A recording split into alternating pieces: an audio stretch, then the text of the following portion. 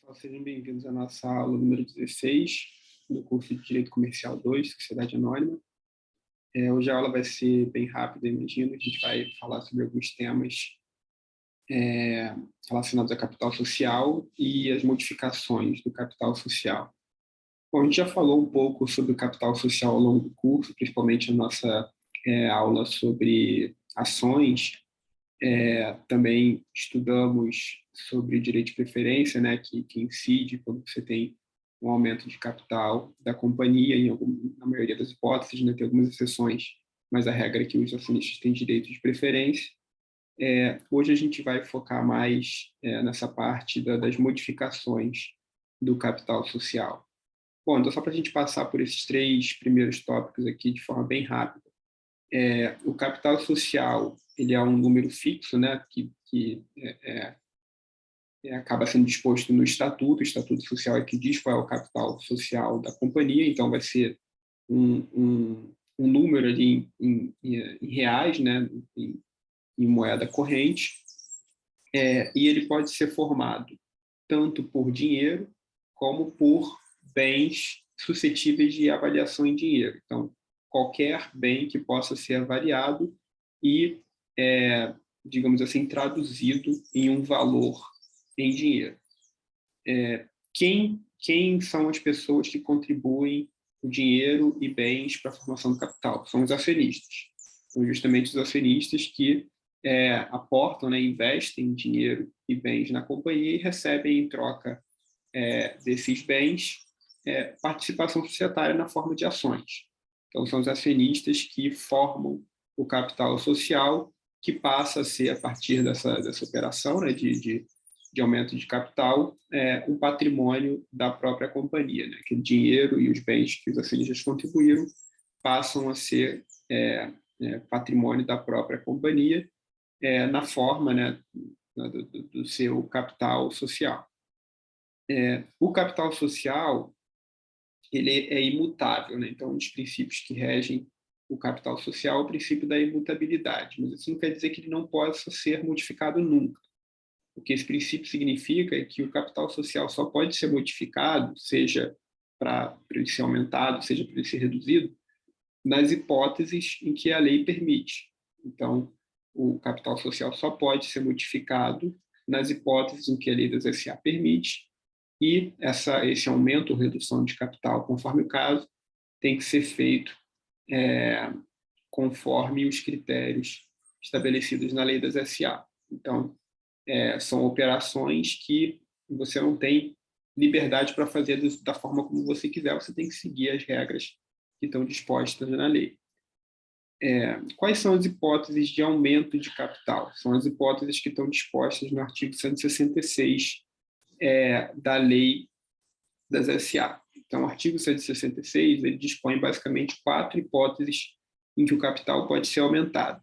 O capital pode ser aumentado por deliberação da Assembleia Geral Ordinária para correção da expressão monetária do seu valor, mas aqui eu já indico, né, como está aqui na nossa ementa também, que esse item ele acabou perdendo, apesar dele estar lá na lei, ele foi revogado tacitamente, né, pela legislação do Plano Real, que proibiu a correção monetária de valores, né, contidos no balanço das sociedades anônimas. Então, esse inciso 1, vocês podem até arriscar aí do VADMECUM, enfim, das anotações que vocês tiverem, porque o inciso 1 do artigo 166 foi tacitamente revogado, mas aí a gente passa para o inciso 2. Por deliberação da Assembleia Geral ou do Conselho de Administração, observado que dispuser a respeito do Estatuto, nos casos de emissão de ações dentro do limite autorizado no Estatuto. Então, via de regra, né, o aumento de capital ele é deliberado pela Assembleia Geral, que é onde os acionistas, né, se reúnem para tomar decisões. Os acionistas reunidos em Assembleia Geral podem decidir por aumentar o capital social da companhia, ou você tem a possibilidade também de que o Conselho de Administração delibere o aumento de capital da companhia. Só que o Conselho de Administração só pode deliberar aumento de capital dentro do limite do capital autorizado, que é um limite disposto no Estatuto, dentro do qual o Conselho de Administração pode aumentar o capital sem necessidade de uma deliberação prévia da Assembleia Geral. Então, é como se fosse uma pré-autorização que a Assembleia Geral confere ao Conselho, né, por meio de uma disposição estatutária, para que o Conselho, dentro daquele limite do capital autorizado, possa aumentar o capital social da companhia sem precisar necessariamente de uma deliberação prévia da Assembleia Geral. O Conselho de Administração pode aumentar o capital social da companhia para além do capital autorizado? Não. Se o capital autorizado, né, se o limite do capital autorizado for esgotado, for completamente utilizado, o Conselho de Administração não pode mais aprovar aumento de capital, ele precisa pedir uma nova autorização da Assembleia Geral, que vai decidir se ela confere um novo limite de capital autorizado ou se não confere. Então, no final das contas, a decisão é da Assembleia Geral. Ou a Assembleia Geral delibera diretamente, né, como ela pode, da competência dela, delibera diretamente realizar um aumento de capital, ou ela pode estabelecer um limite de capital autorizado para que o Conselho, conforme entenda necessário, aumente o capital, sem precisar de uma deliberação prévia da Assembleia Geral. Bom, a gente vai para o inciso terceiro, inciso 3, por conversão em ações de debêntures ou partes beneficiárias e pelo exercício de direitos conferidos por bônus de subscrição ou de opção de compra de ações. A gente já falou sobre alguns desses valores mobiliários ao longo do curso, mas, essencialmente, só para a gente relembrar, alguns valores mobiliários emitidos pela companhia podem ter, né, podem dar ao seu titular o direito de converter aquele valor mobiliário em ações, né? São os valores mobiliários conversíveis em ações.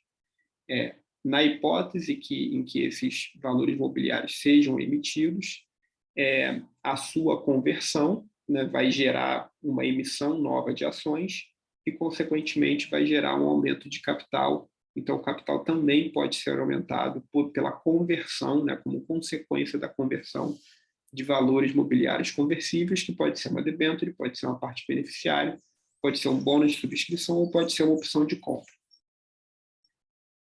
E, por fim, inciso 4, a gente tem, por deliberação das assembleias, da Assembleia Geral extraordinária convocada para decidir sobre reforma do Estatuto Social, no caso de não existir autorização do aumento, ou de estar a mesma esgotada. Então, é aquela hipótese da Assembleia Geral que pode, né, tem a competência de reformar o Estatuto e aumentar o capital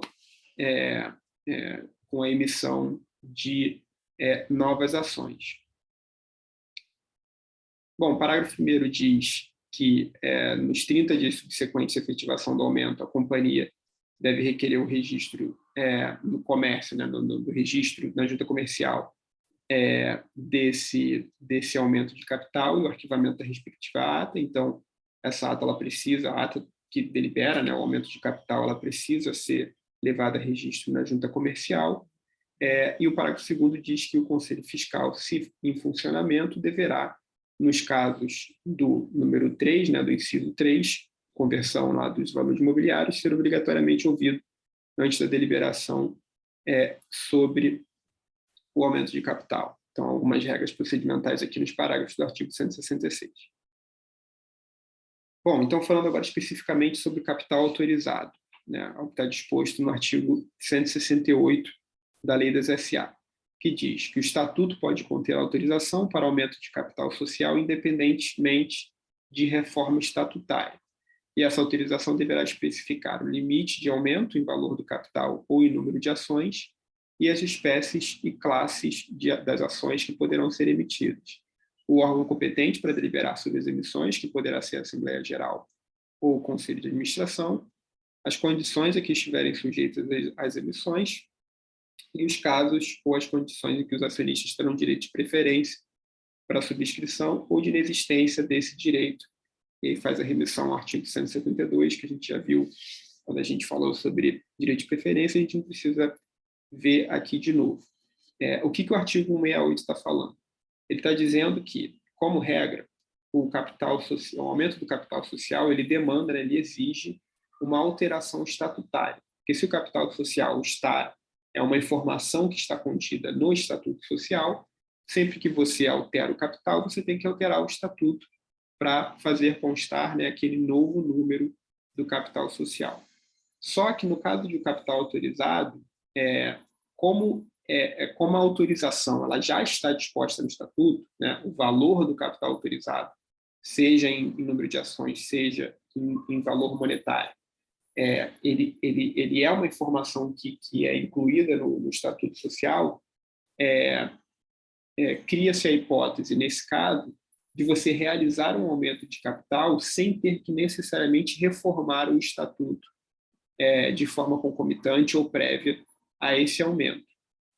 Então, é aquilo que a gente falou antes, é como se fosse um limite ali pré-autorizado que você consegue pular algumas burocracias que você teria que cumprir se você fizesse um aumento de capital normal.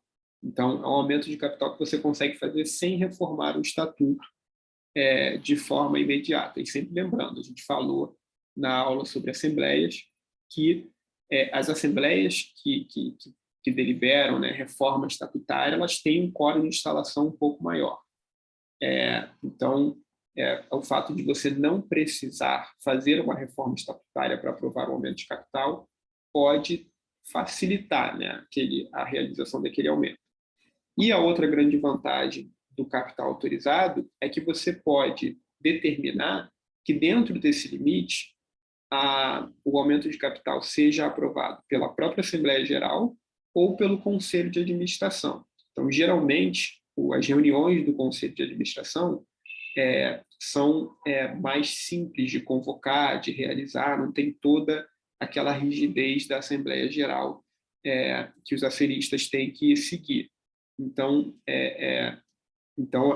você delegar ao Conselho de Administração a competência para emitir, para aprovar aumentos de capital dentro do capital autorizado, oferece a grande vantagem de você simplificar bastante o processo, porque o Conselho de Administração consegue se reunir de forma mais rápida, consegue deliberar de forma mais rápida, e aí você consegue aprovar aquele aumento de capital de uma forma mais célere e menos custosa.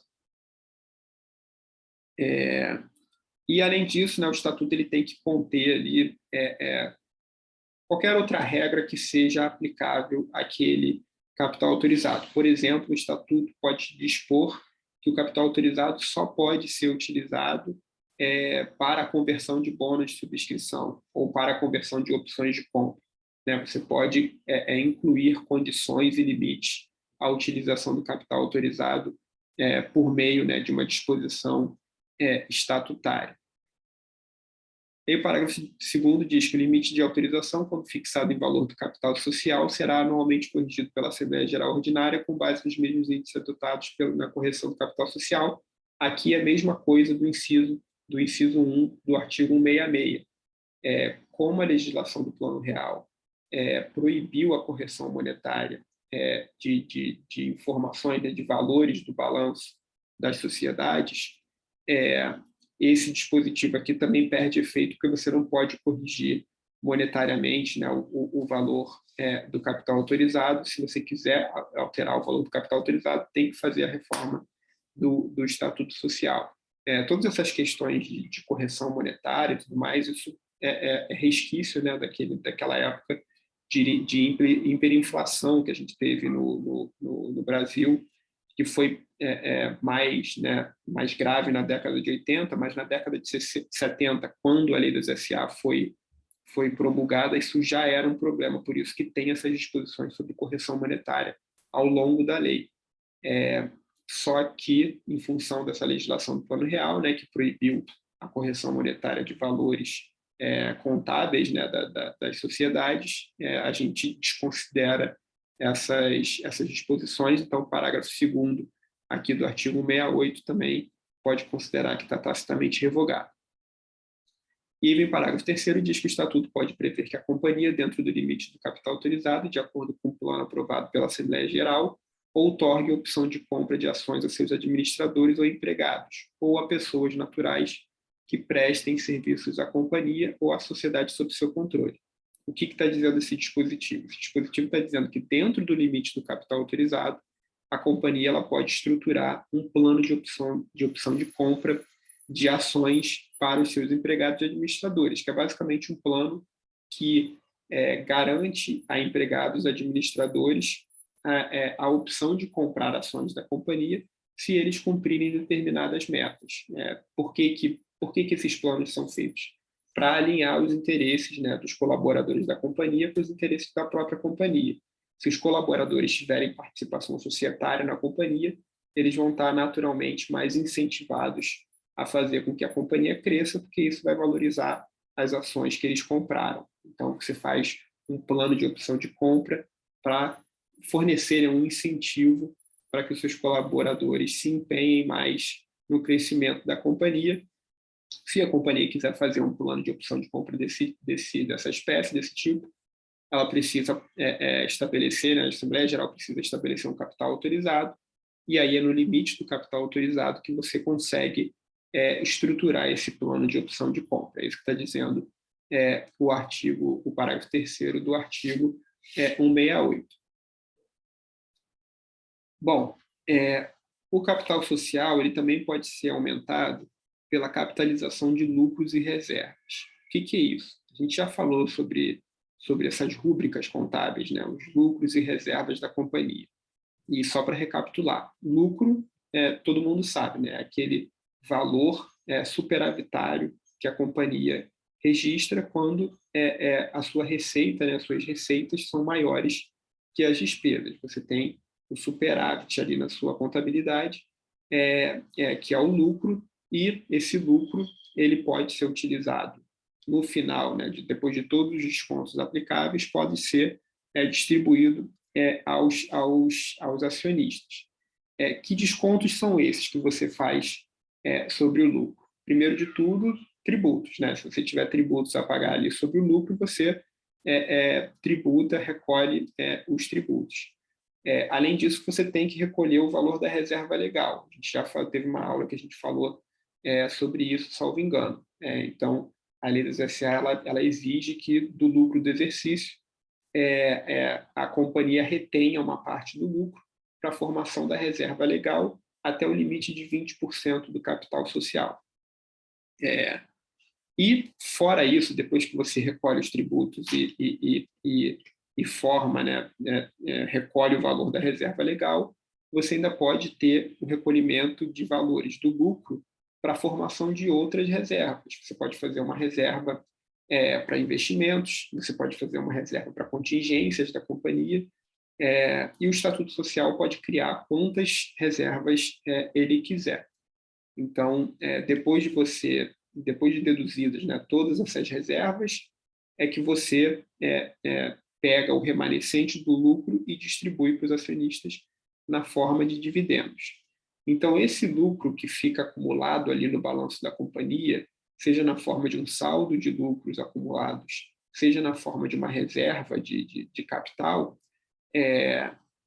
ele pode ser capitalizado. O que isso significa? Quando a companhia retém lucro e ela não distribui esse lucro para os acionistas, isso fica registrado na contabilidade da companhia como um saldo de lucros acumulados, ou seja, são lucros do exercício anterior que você não distribuiu e ficou ali sobrando, é um dinheiro a mais, né? E as reservas a mesma coisa, porque as reservas geralmente são formadas com parcelas do lucro. Então, é um dinheiro que sobrou ali e, por algum motivo, os acionistas da companhia decidiram deixar aquele dinheiro dentro da companhia, seja para custear investimentos futuros, seja para pagar contingências futuras que possam vir a se materializar, seja por qualquer outro motivo que os acionistas tenham entendido adequado, né? Então, fica ali aquele valor a mais. Por isso que eu já chamei esses valores, né, dos lucros acumulados de reservas, de uma forma técnica, mas só para vocês entenderem a natureza disso, eu já chamei isso de um valor excedente, né, como se fosse uma mais-valia que a atividade da companhia gera ao longo do tempo, e fica ali aquele valor na contabilidade, no patrimônio líquido da companhia, como um valor excedente, que foi gerado pela companhia, mas não foi distribuído aos acionistas. Como esse valor é dos acionistas, né? Então, é um valor que deveria ter sido distribuído para os acionistas como dividendos, mas, por regras estatutárias ou legais, ficou ali dentro da companhia. Os acionistas eles podem decidir o que fazer com esse dinheiro, né? Então, ou eles podem distribuir dividendos com base nos saldos de lucros acumulados, ou com base nas reservas, né, se permitido pela lei das SA e pelo Estatuto Social, ou eles podem transformar essa reserva em capital social. Então, assim, como é um dinheiro que fica ali sobrando, basicamente os acionistas podem fazer duas coisas. Ou a gente pega esse dinheiro para a gente, né, distribui dividendos nos limites permitidos pelo Estatuto e pela lei das SA, ou a gente pega esse dinheiro e transforma em outra coisa, deixa na companhia ali e imobiliza esse dinheiro no capital social. Se os acionistas decidem transformar as reservas ou o saldo de lucros em capital social, ou seja, decide, entre aspas, imobilizar esse dinheiro dentro da companhia, isso gera um aumento de capital. Então, é essa a hipótese do artigo 169 da Lei das SA. Quando você capitaliza lucros acumulados ou reservas que a companhia possui em sua contabilidade, você está promovendo um aumento de capital da companhia. A grande questão aqui, o grande assim, que diferencia essa hipótese de aumento de capital de outras é o seguinte: se a companhia tem ações com valor nominal, né, então, se a companhia tem ações que têm um valor nominal fixo, desse aumento de capital promovido por meio da capitalização de lucros e reservas, necessariamente vai ter que gerar uma emissão de ações, né? Você está aumentando o valor do capital social, como as ações têm valor fixo, né? Você precisa aumentar o número de ações para dar espaço para aquele aumento de capital. Só que se você tiver ações sem valor nominal, que é a regra, como a gente já viu, né? A regra no direito societário brasileiro é que as companhias não tenham valor nominal, porque isso dá mais flexibilidade na hora de você fazer algumas operações societárias. Então, se a companhia não tem ações sem valor nominal, ela pode fazer esse aumento de capital, de capitalização dos lucros e reservas, sem a emissão de novas ações. Por que ela pode fazer isso? Porque nessa hipótese de aumento de capital, o aumento ele beneficia todos os acionistas nas respectivas na proporção das respectivas participações societárias. Então, é um aumento de capital que beneficia todo mundo de forma igual, né, proporcionalmente às suas participações. Então, se a companhia tem ações sem valor nominal, e você está fazendo um aumento que não vai alterar a participação de ninguém, você não precisa emitir novas ações, porque todo mundo vai continuar com a mesma porcentagem no capital social. Então, por isso que nessa hipótese específica, esse aumento de capital pode ser feito sem a emissão de novas ações, e é o que está lá na regra do artigo 69 também. Bom, no artigo 170, você tem lá as regras para o aumento de capital realizado mediante a subscrição de ações. Então, o artigo 170 diz que depois de realizados 3/4, no mínimo, do capital social, a companhia pode aumentá-lo mediante subscrição pública ou particular de ações. E o parágrafo 1º diz que o preço de emissão deverá ser fixado sem diluição injustificada da participação dos antigos acionistas, ainda que tenham direito de preferência para subscrevê-las, tendo em vista a alternativa ou conjuntamente a perspectiva de rentabilidade da companhia, o valor do patrimônio líquido da ação e a cotação das ações em bolsa de valores ou no mercado de balcão organizado, admitido ágio ou deságio em função das condições de mercado. O que esses dois dispositivos estão falando, né? O caput e o parágrafo 1º do artigo 170. Você pode ter uma das hipóteses, né, de aumento de capital, aumento de capital realizado mediante subscrição de ações. Então, Assembleia Geral ou Conselho de Administração, dentro do capital autorizado, decide aumentar o capital, emite novas ações e alguém tem que subscrever essas ações, né? Subscrever as ações e se comprometer a pagar o preço de emissão dessas ações que estão sendo emitidas. Então, se a subscrição for pública, você vai ter lá um procedimento na CVM, provavelmente, alguma regra da CVM vai incidir sobre essa subscrição pública, porque a oferta pública atrai a competência da CVM. Se for uma subscrição particular, isso fica ali dentro das regras estatutárias e da lei dos SA, que rege ali essa operação entre os acionistas ou eventuais terceiros que também participem desse aumento. Então, como novas ações vão ser emitidas nesse aumento, você precisa definir qual é o preço de emissão da ação, né? O que é o preço de emissão da ação? A gente já falou sobre esse conceito quando a gente teve a nossa aula sobre ações. Preço de emissão de ações é o preço que o acionista, né, que a pessoa que subscreve a ação, se compromete a pagar. Então, se uma ação tem um preço de emissão de R$1, a pessoa que subscreve essa ação se compromete, mediante a assinatura do boletim de subscrição, a pagar R$1 para a companhia em contraprestação àquela ação que a pessoa está recebendo. Então, isso que é o preço de emissão. O preço de emissão ele não pode ser um preço aleatório, ele não pode ser um preço chutado. Ele tem que ser um preço definido por critérios objetivos, que são os critérios que estão dispostos no parágrafo 1º do artigo 170. E essas três hipóteses de determinação do valor do preço de emissão, que estão ali nos incisos 1 a 3 do parágrafo 1º do artigo 170, são, ao fim e ao cabo, formas diferentes de avaliar a companhia, ou seja, formas diferentes de determinar quanto que a companhia vale. Porque determinando quanto que a companhia vale, você consegue determinar quanto que a ação que está sendo emitida deve valer, né? Já que você consegue traçar um paralelo entre a ação, que é uma fração, né, do patrimônio da companhia, e o valor do patrimônio da companhia. Então, é isso que esses incisos estão falando. Você avalia a companhia, vê quanto que ela vale, né? E aí você vai conseguir chegar no preço de emissão da ação. Por que você precisa de um critério objetivo para determinar o preço de emissão? Por que não pode ser um preço aleatório?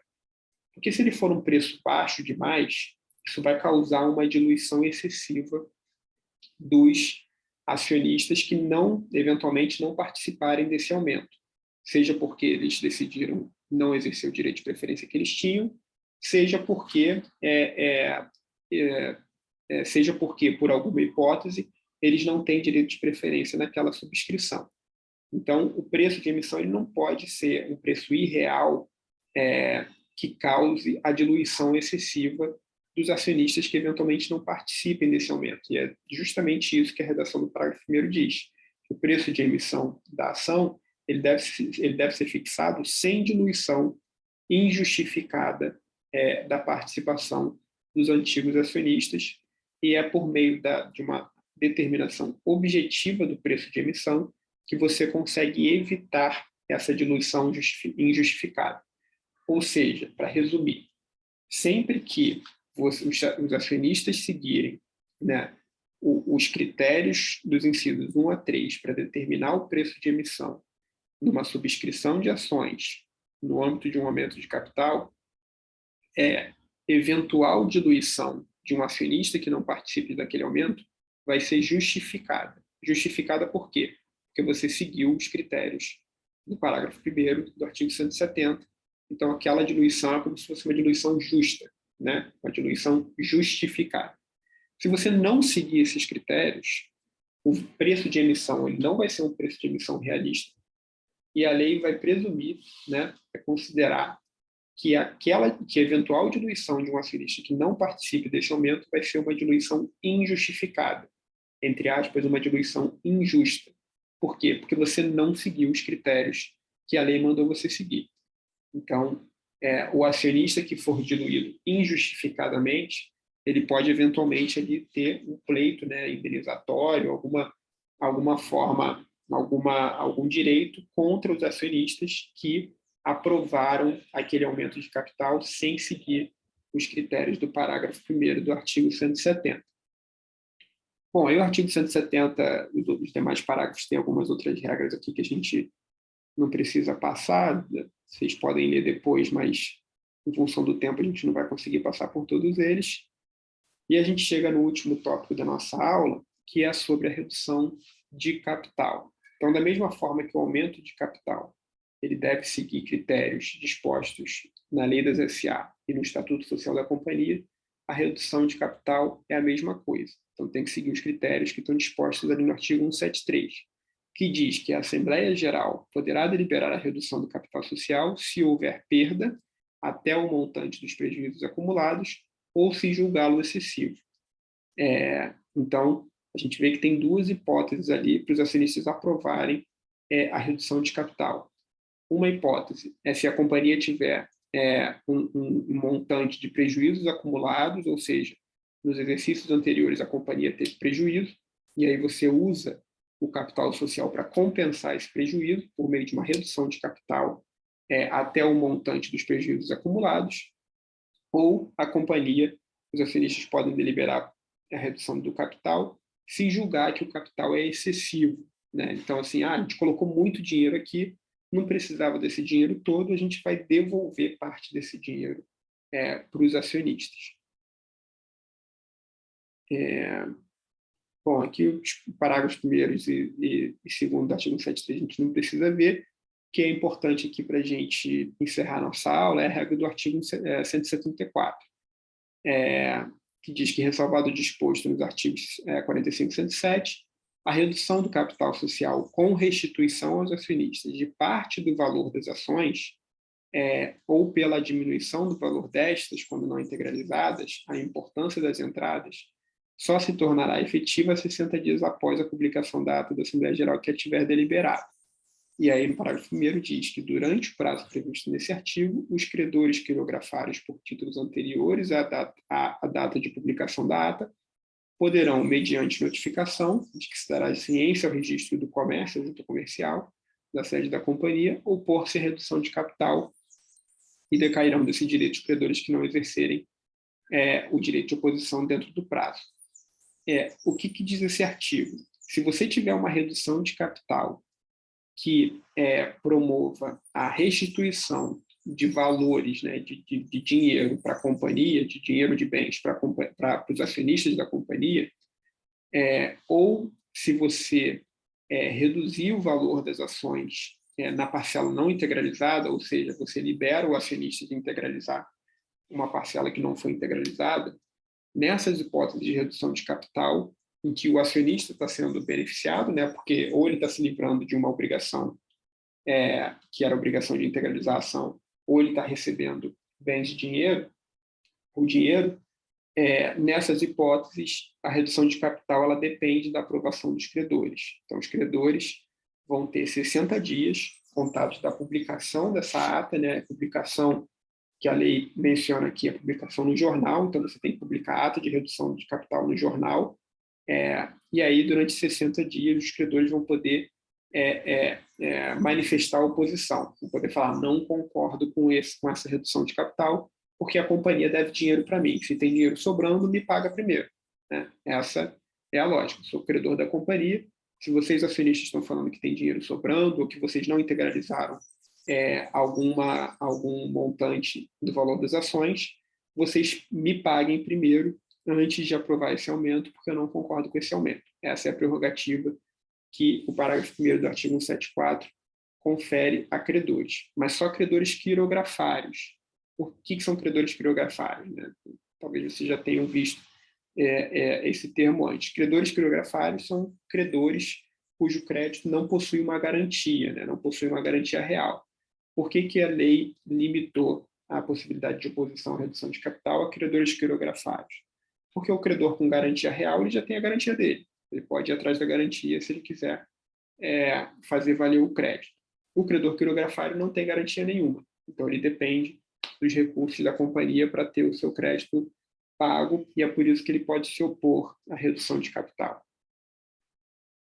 Aí o parágrafo 2º diz que, fim do prazo, a ata da Assembleia Geral que houver deliberado a redução poderá ser arquivada se não tiver havido oposição, ou seja, se ninguém falar nada, você pode terminar e implementar a redução de capital e registrar a ata na junta comercial, ou se tiver havido oposição de algum credor, desde que feita a prova do pagamento do seu crédito ou do depósito judicial da importância respectiva. Ou seja, se algum credor se opor à redução de capital, a redução ela só vai se consolidar depois que a companhia pagar o crédito do credor, ou pagar diretamente ao credor, ou depositar em juízo, né? O que acontece se a companhia não pagar? Não tem redução de capital. A companhia não pode reduzir capital. Então, ou paga e reduz capital depois, ou não paga e também não reduz capital, e aí a redução de capital não chega a produzir efeitos. Bom, e aí o parágrafo 3º também diz, né, que se a companhia tiver debêntures emitidas, se a companhia tiver debêntures em circulação, a redução de capital não pode ser efetivada sem a prévia aprovação pela maioria dos debenturistas reunidos em Assembleia Geral e Assembleia Especial de Debenturistas, né? Então, é a mesma lógica do parágrafo 1º, você precisa primeiro, antes de efetivar a redução de capital, pedir autorização de credores, nesse caso específico aqui, credores detentores de debêntures da companhia. Bom, acho que por hoje era só. A gente pode parar por aqui. A gente se vê na próxima aula. Até já.